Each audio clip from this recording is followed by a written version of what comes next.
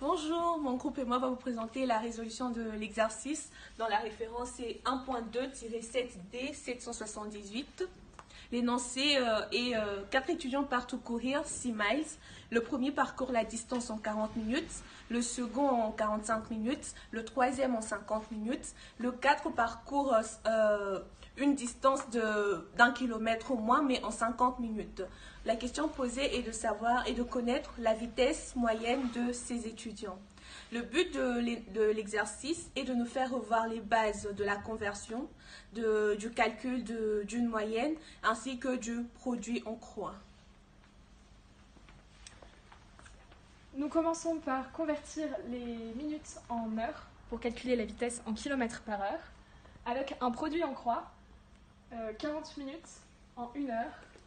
Pour le temps du premier coureur, ça nous donne 40 sur 60, ce qui fait 0,67 heures. Ensuite, les deux temps suivants sont 40 et 50 minutes, c'est-à-dire à chaque fois, on additionne 5 minutes. Donc on convertit 5 minutes en heures, 5 sur 60 nous donne 0,083 heures. Le temps du deuxième coureur, c'est donc T1 plus X, et le temps du troisième, qui est le même que celui du quatrième coureur, c'est T1 plus 2X.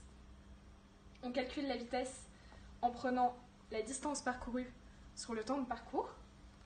Et pour calculer la moyenne, on utilise la formule la somme de toutes les vitesses sur le nombre de coureurs. Ici, 4. Alors maintenant, avec les vitesses. Alors, avec la formule basique D sur TI, on va calculer la vitesse du premier étudiant qui arrive en premier, du coup. La distance parcourue, 9,656 km par rapport à l'heure. Il a fait 0,67 heures, ce qui nous fait en calculant 14,41 km par heure. Pour le deuxième étudiant, il a fait 5 minutes de plus. C'est 9,656 km par heure par rapport à 0,67 plus 0,083 de différence, ce qui nous donne 12,82 km par heure.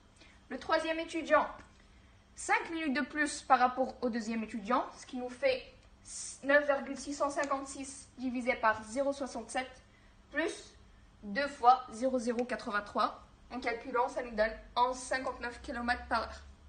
Le quatrième étudiant, il avait fait 50 minutes, mais 1 km de moins, ce qui nous donne 8,656 km divisé par 0,67 plus 2 fois 0,083.